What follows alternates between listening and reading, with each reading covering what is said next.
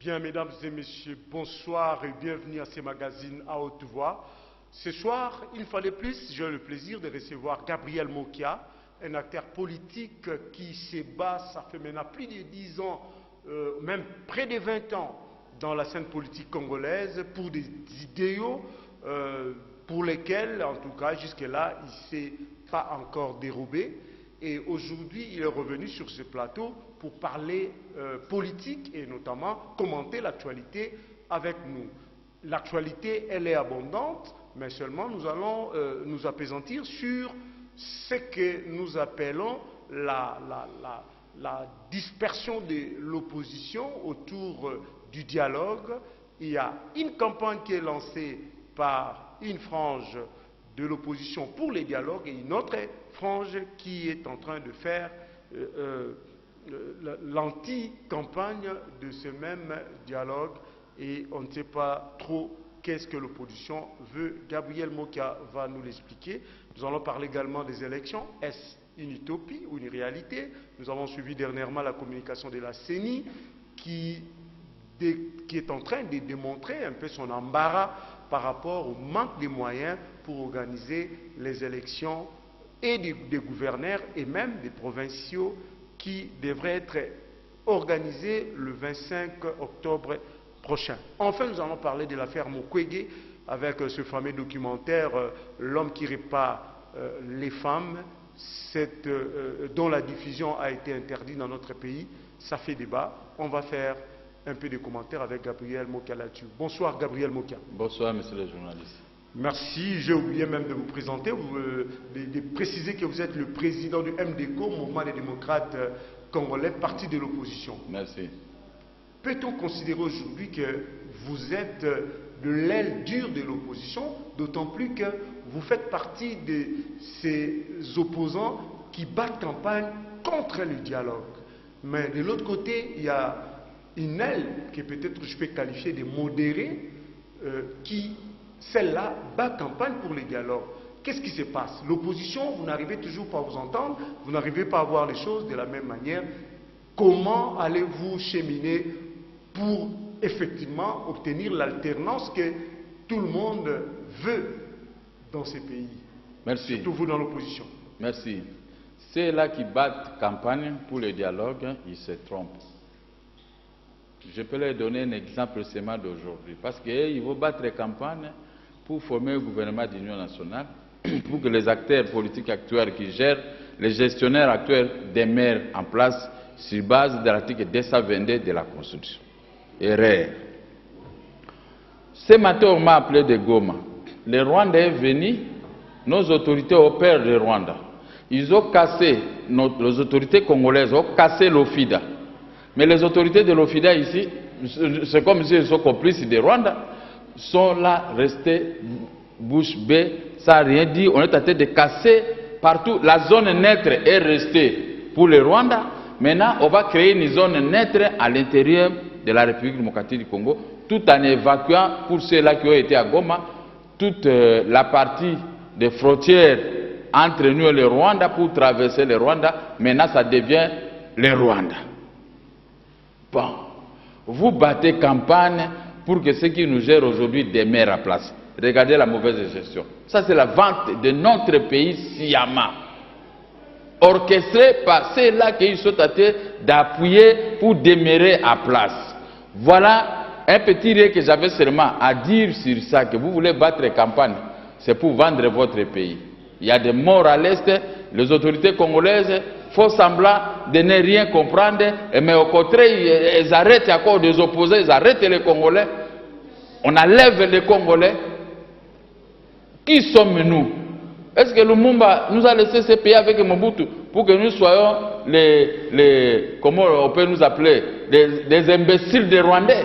Nous ne sommes pas des imbéciles. Si ils veulent se retrouver comme des imbéciles des Rwandais, mais pas nous tous. C'est pourquoi nous nous battons pour pouvoir régler ce genre de problèmes, que les pouvoirs à place puissent partir.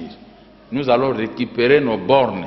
Nous allons récupérer l'OFIDA qui aujourd'hui l'endroit devient un endroit du peuple rwandais. Quelle honte pour le peuple congolais. D'accord. Monsieur Mokia, une chose est vraie, c'est que l'opposition est divisée. Et plus que jamais divisée. Vous n'avez jamais eu l'occasion d'organiser de tables rondes de l'opposition pour voir les choses de la même manière. Aujourd'hui, vous, Fayoulou et les autres, bon, disons, la dynamique pour l'unité et l'action de l'opposition, et de l'autre côté, le Front populaire avec Lissanga Bongwanga et ses amis, vous êtes en opposition par rapport à l'organisation du dialogue. Est-ce que l'accord cadre d'Addis Abeba, pour vous, c'est une lettre morte? Une lettre morte.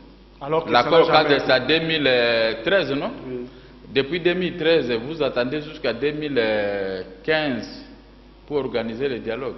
Ça, c'est se moquer de ceux-là qui veulent aller dialoguer. Voilà. Qu'est-ce qui ne va pas? Le simple fait que 2 ans se soient écoulés, et cela vous donne le prétexte de ne pas aller au dialogue. Dans les 2 ans, il n'y a pas l'argent pour organiser les élections. Dans les 2 ans, il y a eu trop de morts, trop de arrestations. Raison pour laquelle il faut... Mais non, il n'y a pas de raison. Il n'y a pas de raison. Il faut trouver un compromis politique. Il n'y a pas de raison, non. Il n'y a pas de compromis politique. Il y a compromis politiques qui sont dans la Constitution. On ne peut plus sauter la Constitution pour faire d'autres compromis politiques. Voilà. Mais ça risque de vous prendre au piège. Non, non, rien du tout. Nous allons gagner.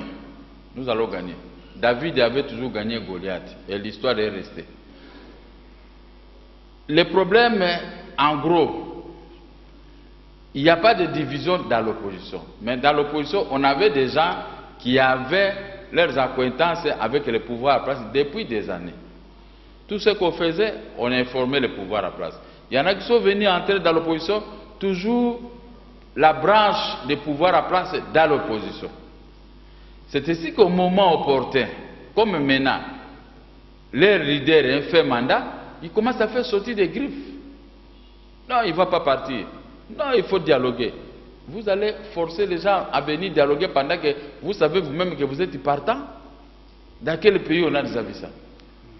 Et moi, parce qu'ils ont besoin d'argent, nous n'avons pas l'argent, maintenant ils doivent se rabaisser. Même les femmes Ndumba qu'on appelle. Les femmes Ndumba aussi des fois, quand elles te voient, tu es un peu vilain, tu se dis non, malgré ton argent, je ne parle pas avec toi. Il y a des femmes Ndumba qui se respectent. Hein, je ne peux pas accepter que nos frères soient les véritables femmes Ndumba à cause d'argent. Non, ce n'est pas possible. Mais si jamais, parce que vous dites que l'accord cadre a été signé en 2013, ça veut dire, si je vous comprends bien, si le dialogue avait été convoqué en 2013, vous aurez été partie prenante. N'est-ce pas? On aurait dû étudier.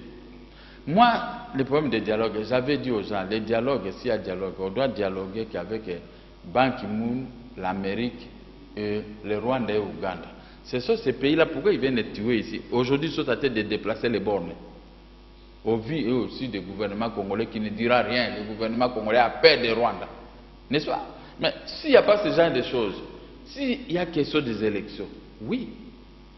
Mais convoquer, appeler plutôt le député Jean-Claude Vemba. Il nous a dit dans une chaîne concurrente, à vous, que le gouvernement congolais, chaque fois présente, quand il amène son budget, il y a le rubrique d'un côté de 250 millions de dollars pour l'organisation des élections. On a stocké cet argent pendant 4 ans, n'est-ce pas? Et maintenant encore, ils vont encore stocker, donc on peut atteindre facilement 1 milliard et 250 ou hein? C'est ça. Donc moi je vois que l'argent est là. Mais comme la CENI se plaint de l'argent, le gouvernement dit qu'il n'y a pas l'argent. Le procureur général près de la Cour constitutionnelle doit ouvrir une information judiciaire. Tel qu'on est là, si je dis quelque chose, tu vas voir directement demain les inspecteurs, la police spéciale, les spéciaux, et tout ça, pour venir me récupérer. Mais ici, c'est un député qui l'a dit, ce n'est pas moi. Que tout cet argent-là, qui a pris cet argent pour... Parce que, attendez, parce que la Cour constitutionnelle, c'est je peux dire, c'est le procureur général, le chef de l'État et des premiers ministres. Maintenant, on peut convoquer le premier ministre pour lui demander une convocation. On va y arriver. Vous allez vite en besogne. Il y a... Non, non, j'ai voulu seulement dire ça. Mais maintenant, s'il ne faut pas, s'il le faisait, les élections seront libres, démocratiques, etc. Parce que la CENI aura l'argent. Et même nos amis qui sont venus du pouvoir pour nous efféoder, ils vont me donner raison du non. C'est que moi qui a disais, ce sont des choses vraies. N'est-ce pas? Alors, vous allez soutenir un pouvoir partant sur base de l'article 220 de la Constitution. Les mandats une fois et une fois renouvelables. Nous sommes dans une fois renouvelable. Vous voulez comme d'autres personnes qui viennent nous convaincre, oh, vous savez que ici au Congo, il y a M. Kabila, il a un projet pour faire... M. Kabila, ça fait 15 ans qu'il est au pouvoir. Il n'a jamais montré ses projets. Ce projet, c'est l'avenue boulevard des 30 juin, qui est plein de voitures, maintenant par manque de routes secondaires.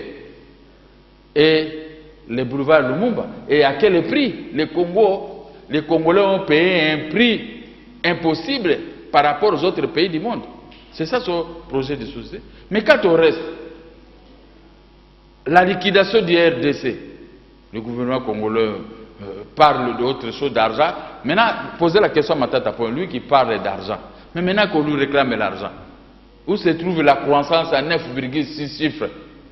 Où se trouve tout ce qu'il a toujours raconté à la télévision? Maintenant, Matata Ponyo est coincé. L'argent pour payer les opérateurs économiques, il est coincé. L'argent pour payer pour promouvoir des élections, Matata est coincé. Moi, à la place de Matata Ponyo, je démissionne dès que j'attends l'opposant Gabriel Moki a parlé.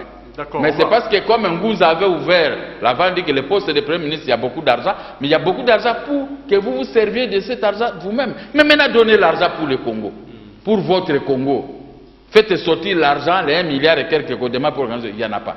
Est-ce qu'un opposant sérieux, au vu de mes explications techniques, est-ce qu'il peut aller soutenir le pouvoir de demeurer à place sur base d'un accord, je ne sais pas quoi? Ce n'est pas possible. Mais l'accord cadre d'Addis Abeba, c'est un document, c'est un traité international. La RDC est obligée d'exécuter cet accord international. C'est un traité international qui a une valeur supérieure même à celle de notre Constitution. La Constitution stipule que lorsque la RDC, à travers celui qui l'engage, le chef de l'État, comme il l'a fait à l'Addis Abeba, il a signé cet accord, la RDC doit respecter cet accord. Vous qui prônez toujours un État de droit, un État correct si jamais vous êtes aux affaires, mais voilà l'occasion de montrer combien vous êtes respectueux des textes. Le chef de l'État a signé avec tous les autres chefs d'État de la région comme accompagnataires sur les questions de la RDC. Le chef d'État est censé respecter cet accord et toute la classe politique aussi. Ne pensez-vous pas? Cet accord a été passé par le Parlement, malgré que cet accord a une primauté. D'accord. Mais nous avons un Parlement inondé par la majorité. Est-ce que cet accord a été passé là-bas pour que l'opposition donne son opinion? Rien. Vous allez commencer à signer vous-même vos affaires là-bas et venir pour imposer ça au peuple congolais dans son ensemble. Non. L'accord signé... C'était l'accord entre les États. Je vous dis une chose. L'accord signé, il y a l'Ouganda, il y a Burundi et Rwanda. Ce sont signataires de l'accord. Dans l'accord cadre, il est dit aucun pays signataire ne peut attaquer un autre. Mais les deux pays ou trois même attaquent le Congo, tuent les Congolais, bastonnent les Congolais. Dis-moi, les signataires de l'accord, la communauté internationale, quand est-ce qu'elle a déjà donné ces instructions pour arrêter Kagame, arrêter Museveni pour violation de cet accord? Comment on doit arrêter... Vous savez que les États-Unis ont diminué l'aide à la coopération militaire au Rwanda à cause justement de l'affaire M23. Ça c'est rien. C'était une sanction. Ça c'est rien. Le problème, Obama a une course contre la montre. Si Clinton, sa femme est revenue aux affaires, c'est l'homme qui va gérer. Ils vont renforcer les Rwandais et l'Ouganda pour le pillage des richesses du Congo. Maintenant, je m'adresse au président, au tout-puissant président Obama, de procéder à l'arrestation de Kagame et de Museveni, pour que le Congo puisse vivre et puis à l'aise. Pour qu'on ne puisse pas continuer à prendre quelques kilomètres à l'intérieur de notre pays, tel qu'on l'a fait ce matin. On va voir maintenant comment les autorités congolaises vont commencer à tromper la nation congolaise. Est-ce que nous sommes encore une nation? Si ceux qui sautent à la tête font de telles choses, est-ce que c'est sérieux? Alors, je m'attends à votre accord-là, que les retombées de cet accord pour interdire aux pays voisins signataires de ne pas commettre des exactions dans notre pays. Or, ça ne va pas se faire. C'est mieux qu'on puisse rester avec ces souffrances. On fait partie, M. Kabila. Le peuple vote quelqu'un d'autre qui doit nous présenter l'argent. Et quelqu'un d'autre là, il doit sécuriser nos frontières. Le peuple congolais ne demande pas mieux que ça. Mais quand vous allez appuyer celui dont on casse les frontières, on détruit l'OFIDA par les éléments de nos forces armées qu'on demande de pas détruire parce que c'était intérêt de Rwanda. Cela a été construit en 1909, ces frontières. Et maintenant, de 1909, la MPPRD maintenant vient casser ces frontières construites en 1909. Aujourd'hui, vous voulez qu'ils puissent demeurer au pouvoir. Peuple congolais, Bolamouka, mes frères, Bolamouka. Ne vendez pas le pays de Lumumba et de Mobutu et de président Kasavubu. Ne le vendez pas, ne les bradez pas. Mais ne sous-estimez pas les opposants congolais que nous sommes. Déjà divisés. Nous ne sommes pas divisés. Nous avons notre meeting le 15 septembre au terrain Sainte-Thérèse. Après, on va commencer les actions sur le terrain. Ça n'a rien à voir. Ceux qui sont partis pour le BIFTEC, laissez-les. Ceux qui attendent les postes, laissez-les. Mais nous sommes soudés tels que nous étions en janvier. Donc les PPRD ne sortaient même pas sur les grandes avenues. Tout le monde avait pris fuite. Et cette fois-ci, le peuple est derrière nous. Parce que le peuple refuse cette hégémonie de Kagame dans notre territoire national, hérité de la colonisation, avec des souffrances du 4 janvier 1959. Avec le fouet qu'on recevait matin, midi, soir, selon notre aîné Lumumba. Et maintenant, nous allons vendre ces pays. C'est pas possible. Toujours dans le chapitre de cette lutte entre les pro-dialogues et les anti-dialogues, vous avez suivi comment l'affaire s'est déplacée en dehors de notre frontière ou de nos frontières.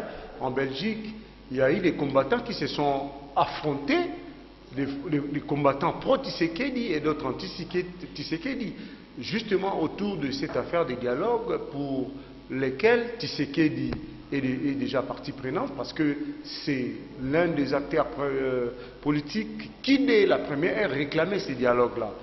Comment vous analysez aujourd'hui le fait que les combattants qui soutenaient Tshisekedi depuis des années, qui ont même bastonné certains de nos dirigeants en déplacement en Europe, aujourd'hui, ils sont séparés, ils sont divisés à l'image de l'opposition congolaise ici sur terrain. Oui.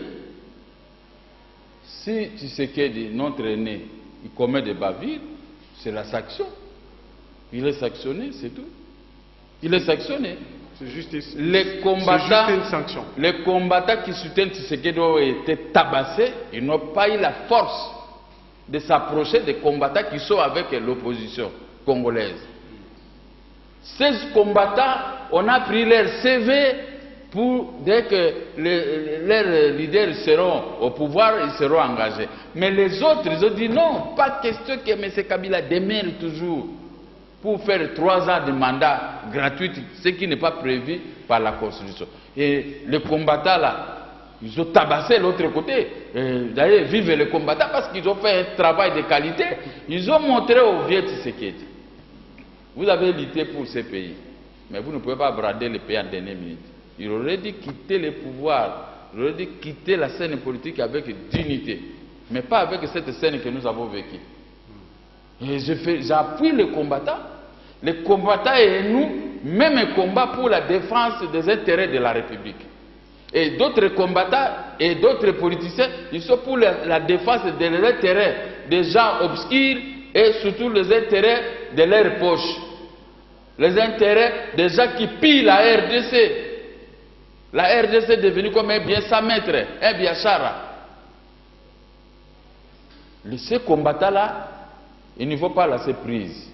Tous les combattants de Tshisekedi sont recherchés en Europe et maintenant ils sont en train de fouiller. Parce qu'ils ont vu le fait, ils doivent revenir dans les camps de la vraie opposition et des vrais combattants qui luttent pour bloquer ceux qui veulent vendre notre pays, ceux qui ont vendu notre pays comme les maisons de la Banque centrale, comme les maisons de la présidence, comme beaucoup de choses ici qu'on est tenté de vendre. Comme les maisons, 17 maisons qu'on a vendues dans le quartier Bon Marché, et on a chassé les Congolais à cause de la société Congo Futur, qu'on est tenté de lui vendre ces terrains, pour des intérêts obscurs. Pour les intérêts obscurs. Alors, ce n'est pas possible, messieurs les journalistes. Alors, pour le moment, soyons vigilants. C'est notre nation qui est en danger. Et nous ne pouvons pas laisser ces pays. Comment nous allons laisser ces pays entre les mains des gens qui les vendent et nous serons condamnés par nos enfants et nos petits-enfants? Non, je ne vais pas rester. Je veux au moins que les gens parlent. Papi a lutté. Je suis papi. Papi a lutté dans ces pays. Vraiment, je le félicite. Même sur ma tombe, que mes petits-enfants puissent me féliciter qu'il a lutté, le pays a été dédouané, il n'y a plus question de Rwandais ou Ougandais dans notre pays. Maintenant, le pays appartient aux seuls Congolais, que nos petits-enfants et nos enfants, ils vont continuer notre lutte pour la défense des intérêts de la République. En réaction avec ce qui s'est passé à Bruxelles, Bruno Mavungu, le secrétaire général de l'UDPS, s'est exprimé et il a dit que jamais dans les dialogues pour lesquels Tshisekedi a été d'accord avec le pouvoir, il n'a jamais été question d'un quelconque glissement. On se pose même la question, même avec certaines oppositions, on dit où est-ce qu'on parle de glissement dans l'accord cadre? L'accord cadre ne donne lieu à aucun glissement. Donc l'UDPS et Tshisekedi sont sereins que si jamais il y a dialogue, c'est juste pour régler les litiges des élections 2011 qui a vu dans ce pays deux présidents prêter serment et créer une instabilité juridique. C'est de ces dossiers qu'il s'agit et il ne s'agit nullement de la préparation d'un quelconque glissement. Qu'est-ce que vous en pensez? Faux. Tout ça c'est faux. Bruno Mavungu, mon frère, il n'est pas dans le secret du diable. Les pauvres. Il n'est pas dans le secret du diable. Je ne vais pas le déprimer. Il n'a pas été en Italie, il n'est pas dans ces secrets-là. C'est normal qu'il puisse défendre sa couleur. Mais les choses ne marchent pas comme il le dit. Les choses sont trop loin et que lui, ça lui dépasse. N'est-ce pas? Il y a une division là-dedans. Mais comme ce sont, pour le moment, je les considère toujours comme les opposants, avant qu'ils puissent traverser, je ne peux plus parler des mauvais d'eux. Je les considère comme opposants parce qu'ils vont tous se ressaisir.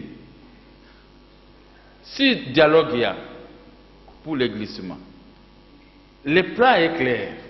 Récupérer Tshisekedi et les opposants qui parlent ici, qui assoiffés de pouvoir et de postes, parce que nous sommes tous avec les poches vides. Mais vous êtes venu faire la politique, mais c'est moi qui a pour un jour être au pouvoir. Pas dans Comment vous traitez les autres? Je ne peux pas être au pouvoir en vendant les pays. Le but d'un parti politique, c'est la conquête du pouvoir. Non, non, non, pas à n'importe quel moyen, mécanisme, non. Quand quelqu'un ne respecte pas la Constitution, moi je ne peux pas aller me faire nommer et violer la Constitution. Ça ne sera pas un bon exemple. Voilà. L'UDPS, s'il va s'allier avec les pouvoirs en place, à la fin de leur dialogue, quand vous m'invitez quelque part dans une petite manifestation, on a fêté, vous avez présenté vos qualités, à la fin qu'est-ce qu'on fait? On prend un petit cocktail. Ces cocktails-là, c'est quoi? Ce sont des postes. On forme un gouvernement d'union nationale. Voilà, tout ce qu'ils veulent, c'est les cocktails. Après les cocktails, on forme un gouvernement qui doit demeurer là-bas. C'est la même personne que nous sommes en train de combattre pour respecter l'article 220 de la Constitution. Alors, avec ça, lui demeure. Si le cocktail va prendre 3 mois, 3 ans, lui il reste toujours chef de l'État. Il passe automatiquement au glissement. Vous comprenez maintenant mon raisonnement sur le glissement? Le glissement est à l'horizon. Ils sont en train de glisser, de récupérer les mécanismes de glissement. Le sentir, c'est déjà là. Maintenant, il reste seulement qui, quand on regarde Mokia, ici, il faut l'arrêter. Hein. Il est en train de déranger notre programme. Parce que j'apprends ça tous les jours. Oh, Mokia, on va te faire ceci. Oh, on va me faire quoi? On va me faire quoi? La loi portant statut de l'opposition me permet de critiquer s'il y a dialogue qui ne pas convaincre le peuple, je dois faire soulever ma tête. Aller à la place du peuple Parce que si le peuple se soulève, c'est l'hécatombe. Et comme je veux qu'il y ait la paix, je vais parler, je fais sortir ma tête. Et même une loi revient, aucun membre de l'opposition politique ne peut être arrêté. Mais c'est M. Kabila qui a promulgué la loi. Mais comme lui-même il viole la loi avec ses services, avec tout ce qui m'appelle du matin au soir, on va t'arrêter, on va te faire... mais venez arrêter. Est-ce que vous va vous dire que moi je vais traverser Brazzaville? Je ne traverserai jamais Brazzaville. Je suis là. Vous voulez m'arrêter? Pourquoi? Parce que je défends la Constitution. Ok, le peuple sera avec moi et l'article 64 est là. Cette fois-ci, il n'y a pas de la blague. Voilà. Alors, si vous voulez maintenant, on veut vous tromper sur base de l'accord cadre, cessez d'être naïf. Ceux qui ont élaboré l'accord cadre, là-dedans, vous allez trouver les gens qui sont tout au long de nos frontières, qui achètent nos matières premières. Ils sont là. Les grands mafieux du monde, ils sont là tout au long de nos frontières. C'est ceux qui donnent la force au Rwanda, au Ouganda, de piller nos richesses pour leur compte. Vous avez déjà vu, le Rwanda, il n'a pas de la matière première, mais son nom trône sur le marché de Londres. Grand exportateur de diamants, de coltan, de ceci, et l'Ouganda, grand exportateur de bois et de grumes, mais les grumes de la République démocratique du Congo. Mais vous ici, vous avez un nombre important de chômeurs dans notre pays. L'accord cadre n'est plus propre. L'état de l'accord cadre est déjà révolu. Passons à autre chose, en demandant au procureur près de la Cour constitutionnelle d'ouvrir une information auprès du Premier ministre et consort, demander où se trouve l'argent. Parce qu'à une journée, vous pouvez récupérer tous les... ils ont fait déjà 4 ans, à peu près 3 ans et demi ou 4 ans. Qui ça? Le pouvoir à place, ça fait déjà combien? Depuis 2011. Depuis 2011, on est à presque à 4 ans. On chemine vers 4 ans. Les 4 ans là, ça donne à peu près 1 milliard. Alors, le procureur militaire doit voir où est-ce quel est le compte que vous mettez cet argent. S'il n'y en a pas, qui commence d'abord à arrêter un premier ministre en fonction, nous allons voir. C'est au premier ministre de se justifier, ce n'est pas moi, c'est le président de la République qui prenait cet argent. Mais si, comme le président de la République n'est pas comptable à l'Assemblée nationale, alors le premier ministre et les siens et tous les ministres qui se sont succédés au ministère des Finances et autres doivent être arrêtés. À ce moment, on fait sortir l'argent de la République qui garde. Et on remet à qui de droit pour organiser les élections. À ce moment, M. Kabila, lui, ne sera pas là. Lui, il n'est pas candidat. Et il ne sera pas candidat. Mais on ne peut pas aussi lui donner l'occasion de demeurer toujours. Nous voulons les gens comme nous qui doivent remettre nos bornes à sa position initiale, qu'on est tenté de déplacer en nous prenant comme des petits enfants. Alors que le Congo est grand. Moi qui suis président de la République, je ne plaisante pas. À quelques semaines, nous sommes là pour récupérer tout ce que les gens sont en train. Et même tous ces Rwandais qui se disent Congolais, ils vont fuir. Ils vont laisser ces pays, ils vont fuir, ils vont traverser nuitamment. Nous sommes maintenant à l'ère des grands ensembles. Non. Vous n'allez pas être xénophobe. Je suis bien avec toi, mais toi tu es là pour commencer à me mettre des crocs à jambes, tuer, m'arracher des histoires. Dis, mais quand je vais me réveiller, qu'est-ce que je vais faire de toi? Je vais me comporter aussi comme toi. Voilà. Bien, parlons maintenant des élections. Vous aimez tellement le sujet. Utopie ou réalité? Nous avons suivi récemment la communication de la CENI autour des élections.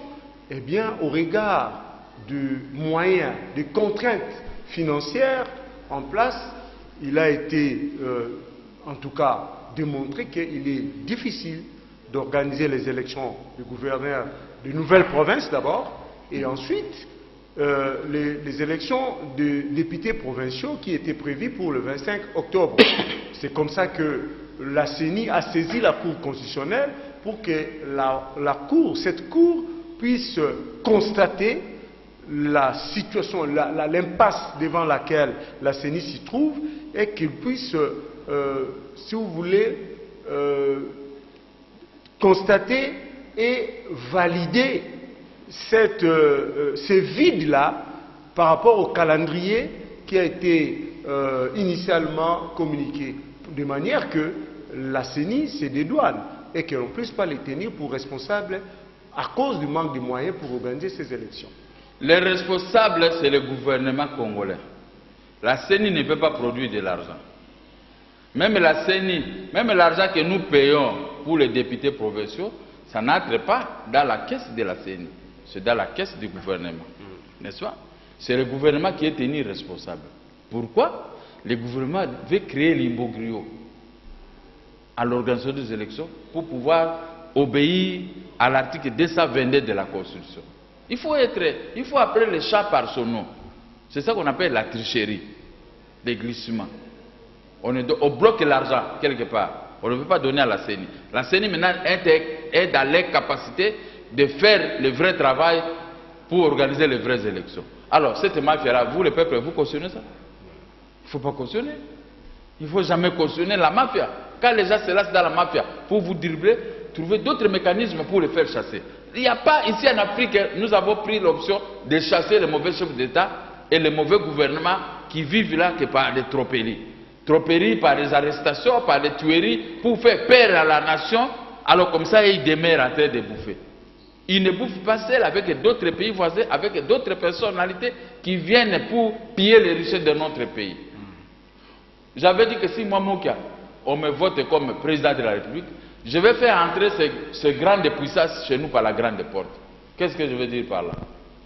Il y a les codes des investissements, vous allez là-bas, quand vous construisez une société, l'État congolais a 40%, vous avez 60%. À la fin du compte, vous avez 50-50, 50-50%. Comme ça, là où vous travaillez, vous engagez les Congolais, le gouvernement engage les Congolais parce que le gouvernement aura des moyens. Voilà comment on peut fonctionner, on peut faire fonctionner une république. Ce n'est pas qu'à la rentrée scolaire, tout le monde se réduit, oh, les syndicats, les gens commencent à crier, il n'y a pas l'argent, oh, fais ça. Non, un pays qui se respecte, on ne peut pas avoir de telles personnes, de tels imbroglios. Alors, tout ça c'est quoi? Quand on est en train de mentir, vous dites en français, il en restera toujours mais il y a quelque chose là. La CENI dit, je n'ai pas l'argent. Maintenant, la CENI saisit par une requête la Cour constitutionnelle. Ça, c'était bien préparé par le pouvoir en place. On laisse la CENI faire et la Cour constitutionnelle, leur Cour constitutionnelle accepte que non, si tel est le cas, alors vous pouvez maintenant, on constate le vide et vous allez préparer un autre calendrier qui va aller au-delà. Et en attendant, semble-t-il, on va procéder à la nomination du gouverneur AI. J'avais dit dès le début que l'article 2 de la Constitution ne peut pas être respecté pour le moment. Parce que la Constitution avait été promulguée en 2006, le 18 février, n'est-ce pas? Le 18 février que moi j'étais avec toi ici sur ce plateau de la télévision, ce sont des vrais moments, des moments perdus.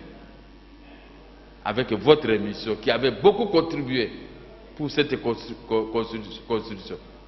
Mais depuis 2006 jusqu'à ce jour, il y a plusieurs années, on n'avait pas eu l'occasion de laisser ne fût qu'une année seulement pour pouvoir commencer l'application de cet article 2 de la Constitution pour les nouvelles provinces. Mais ayant passé le temps dans autre chose, à 12 mois de la fin mandat, et vous voulez maintenant créer l'imbroglio avec de nouvelles provinces dont vous ne trouverez rien là-dedans. Quand vous parlez de Maïndombe ici, qu'est-ce qu'il y a là-bas dans le Maïndombe? Vous allez vivre dans ce qu'on disait Ndako Yandele. Donc vous allez vivre dans le Ndako Yandele, c'est ça, non? Ce n'est pas du tout sérieux. On ne gère pas un pays de cette façon. Il n'y a aucune province du Congo qui soit pauvre. Hein.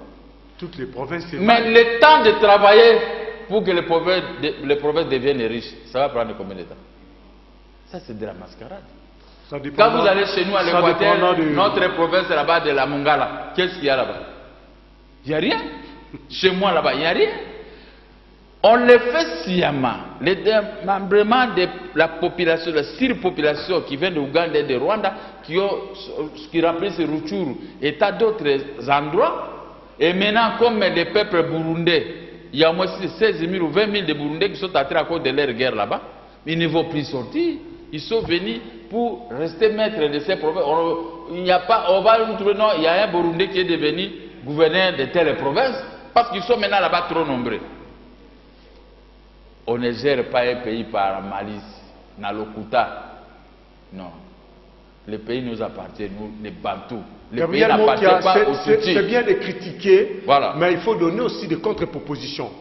Avec la position affichée par la CENI, qu'est-ce que l'opposition propose par l'entremise de Gabriel Mokia? L'opposition dit qu'on doit donner l'argent pour organiser des élections législatives et présidentielles en respectant les premiers timings. N'est-ce pas? Le nouveau président qui va arriver, il va maintenant voir les problèmes des nouvelles provinces. Les problèmes de ceci et tout ce que nous sommes en train de nous plaindre. Mais si aujourd'hui... Vous voulez dire que le fameux découpage des provinces, on met ça de côté. Entre parenthèses. Oui, parce que ça ne va pas... On revient avec l'ancienne formule. Ça ne va pas aboutir. Vous restez avec nos 11 provinces. Mais c'est déjà tard. Mais non, nous allons... La machine est déjà... Non, mais avec des difficultés maintenant, rencontrées sur le terrain. Oui, maintenant, on va à la Cour constitutionnelle, on va cesser, nous les observons. J'avais dit, il faut créer des juridictions militaires à l'intérieur, des juridictions civiles. Trouver les chefs d'office et des juridictions. Mais il faut qu'il y ait beaucoup de magistrats qui seront engagés. L'idée était bonne, mais mal appliquée. Mais pour le moment, on stationne là. On laisse d'abord, on respecte les élections présidentielles et législatives. Après, nous allons voir la question, papa. On n'est pas pressé, c'est notre pays. Il n'est pas dit comme nous sommes, comme ceux qui sont au pouvoir aujourd'hui, vous allez construire la République vous-même. Ça c'est de l'escroquerie politique. Monsieur Gabriel Mokia, comme on n'est pas pressé, allons au dialogue. Prenons notre temps, discutons, parlons de notre pays. On ne peut pas dialoguer avec M. Kabila qui a lamentablement échoué. Maintenant, je vous dis ouvertement. Lui, il a échoué. Nous allons dialoguer avec lui comment? Il a des comptes à rendre à la nation. Pourquoi il n'y a pas l'argent de la République? Pourquoi il n'y a pas ceci? Pourquoi lui, il va rendre compte à cette nation qu'il avait voté? Mais c'est le moment de lui poser des questions. Mais nous nous préparons. Vous allez voir le moment. Pourquoi ne pas lui poser ces questions pendant le dialogue? Non, on ne peut pas lui poser des questions pendant que lui, il est chef, avec son armée, ses services de sécurité et tout ça. Le tempérament de M. Kabila, c'est vraiment les captons. Parce qu'un chef de l'État comme nous, j'ai d'abord l'amour du pays et l'amour des Congolais. Tu sais, j'ai trop de gens qui me doivent où il y a des histoires. Mais j'ai horreur de les arrêter parce que j'ai l'amour des Congolais. Moi-même, j'ai été arrêté, je connais la valeur de la prison. C'est difficile de faire arrêter quelqu'un. N'est-ce pas? Donc je trouve ça, pour l'argent, je vais le faire arrêter. Voici ce qui était le jour où moi j'étais malade. Tu sais qu'en prison, moi j'ai souffert, j'étais malade pendant 40 jours. Hein? On m'avait interdit même de traverser les terrains. De terrorisme en prison. Le terrorisme que vous ne pouvez pas imaginer. Mais les jeunes gens, mais j'ai souffert 40 jours. Grâce à cette maladie, ça me permettait d'aller avec un papier là-bas à l'hôpital. Et l'hôpital, avec 18 comprimés d'aspirine et d'argon, ou c'est sur 15. On s'est disputé si 7 à 8 000 personnes, les médicaments là que j'avais trouvés. Mais il faut appeler, aller chez toi, qu'on t'amène ceci et tout ça. Au vu de ça, j'ai horreur de faire arrêter les gens. Moi-même, personnellement, je m'interpelle. Des fois, malheur est bon. Alors, qu'est-ce que nous allons maintenant faire? Nous allons les interroger au moment opportun. Vous avez géré. Où est-ce que vous avez mis l'argent de la République? Pourquoi la République est devenue perméable? Pourquoi notre pays est à cet état? Il faut poser des questions aux gens, aux gestionnaires. On prend. Parce que Kabila lui-même, il a géré depuis 2006, depuis 2001 jusqu'à aujourd'hui 2015, disons 15 ans de la mauvaise gestion. On doit juger tous ces gouvernements qui se sont succédés pendant les 15 ans. Où est-ce que vous avez mis l'argent du pays? Pourquoi le pays se trouve à cet état? Pourquoi tous les gouverneurs qui ont géré la vie de Kinshasa, on va les juger? Regardez la vie de Kinshasa aujourd'hui dans quel état? Il n'y a pas de route. Il n'y a que des routes de propagande que vous construisez. Et même ces routes-là sont complètement délabrées. Donc où se trouve l'argent de la République? On va voir les comptes à l'étranger. Personne ne va nous priver, c'est la République. Merci. Pour récupérer tout ce qu'on a volé et nous allons retourner l'argent pour le bonheur de vos enfants. Dernier sujet, nous tendons vers la fin. L'affaire Denis Mukwege. Depuis hier, nous avons appris par les ondes de la RFI l'interdiction de la diffusion, par notre gouvernement, de la diffusion du documentaire Les réparateurs des femmes, du documentaire du réalisateur belge Thierry Michel, qui met en honneur notre compatriote le docteur Denis Mukwege, qui passe sa vie à travers son hôpital de Panzi à Bukavu à réparer les femmes qui ont été victimes de viols. Mais ce film a été interdit ici. Le porte-parole du gouvernement, M. Lambert Mende, a déclaré qu'il y aurait eu de mauvaises traductions de certains propos contenus dans ces films qui dévalorisent notre armée. Comment vous avez réagi en apprenant cela? Je dis à nos compatriotes qui opèrent de regarder des réalités à face que nous sommes tous égaux devant la loi. L'article 12 de la Constitution. N'est-ce pas? Maintenant, si vous voulez appliquer la Constitution qu'aux autres, et vous-même vous refusez, il y a l'article 12, on doit laisser la projection de ces images, de ces films. Comme ça, les Rwandais, Ouganda, et ici chez nous, qu'on voit un peu comment ils sont tentés de violer les femmes, comment tous ceux qui sont tentés de faire les exactions contre les peuples congolais, c'est qu'ils sont tous des complices. Ils sont des complices parce que moi, j'aime affronter des réalités. Quand Laurent Désiré Kabila était entré, moi, on m'a arrêté. On m'a arrêté brusquement, on m'a amené à la nerf extérieure, qui n'a rien à voir avec la nerf intérieure. On m'a arrêté pourquoi? On me dit que je fabriquais les dollars avec Baramut. Quelle infraction! J'ai été arrêté à 6 h du matin. On m'a amené avec des lance-roquettes, des Yana et comme ça. Donc, on m'a fait entrer là-bas comme si j'étais Mobutu. Mais on m'a jugé de 7 h jusqu'à 15 h. La vérité a fini par triompher. Et le responsable de l'ANR extérieure, si c'était un certain Moleka, il est arrivé à 15 h juste. Il m'a tourné les dos là où me jugeait. Il s'est adressé à ces gens. Tout ce que les gens disaient pour moi. Et le monsieur, vraiment, dans ces pays, il y a aussi des hommes intelligents. Il a relaté le fait avec tous les documents que moi j'avais amenés. Et le monsieur se retourne, monsieur tu es libre.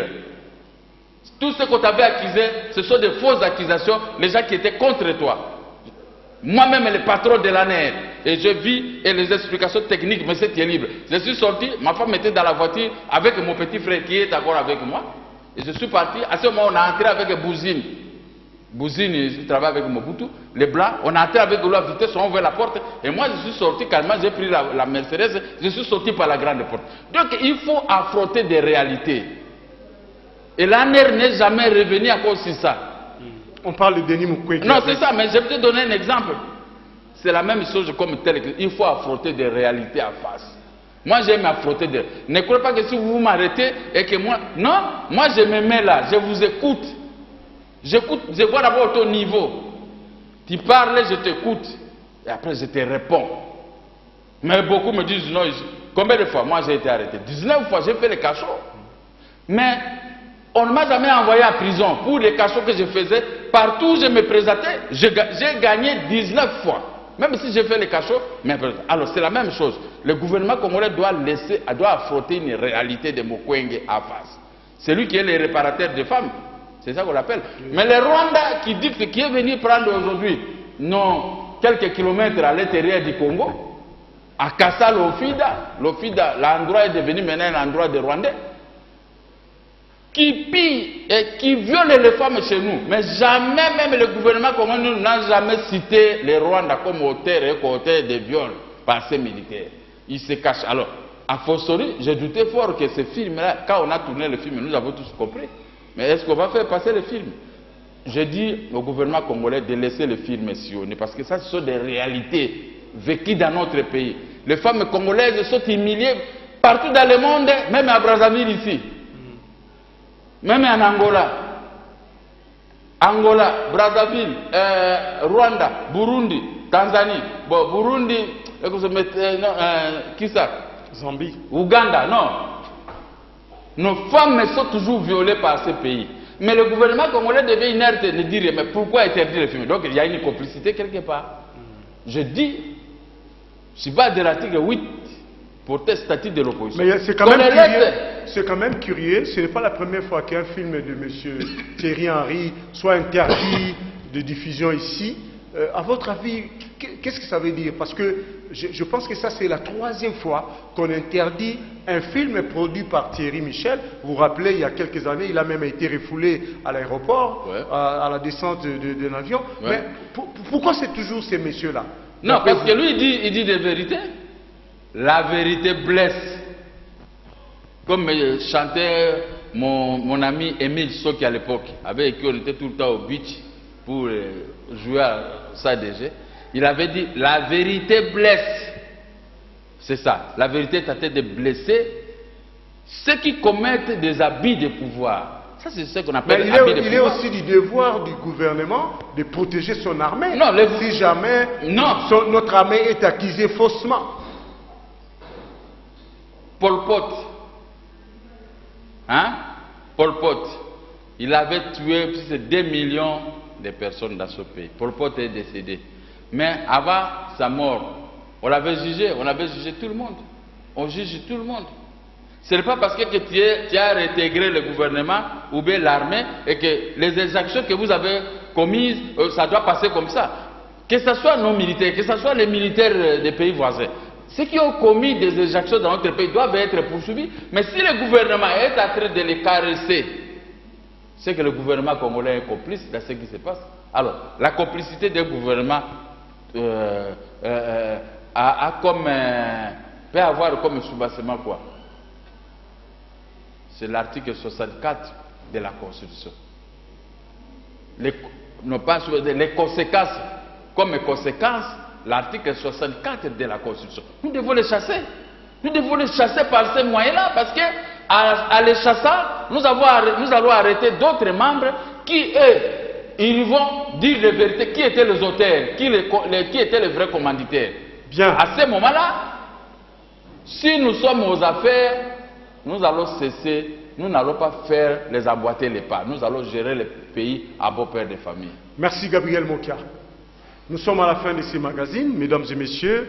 Nous vous remercions de nous avoir suivis. Je vous rappelle que nous avons reçu pour vous Gabriel Mokia, président du mouvement des démocrates congolais MDECO, avec qui nous avons parlé de la campagne et de l'anti-campagne sur le dialogue, ainsi que les élections et de l'affaire Mukwege.